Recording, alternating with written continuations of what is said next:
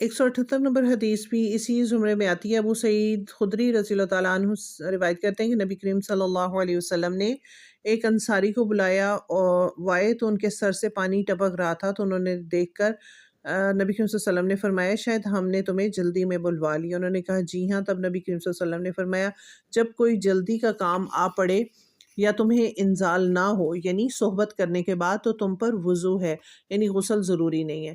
تو یہ بھی حدیث اگر لے کے کوئی اس طرح سے کہے تو یہ بھی ابتدائی عہد کی بات ہے کہ صحبت کے بعد غسل فرض نہیں ہے، خواہ انزال ہو یا نہ ہو، لیکن یہ بعد میں منسوخ ہو گیا تھا۔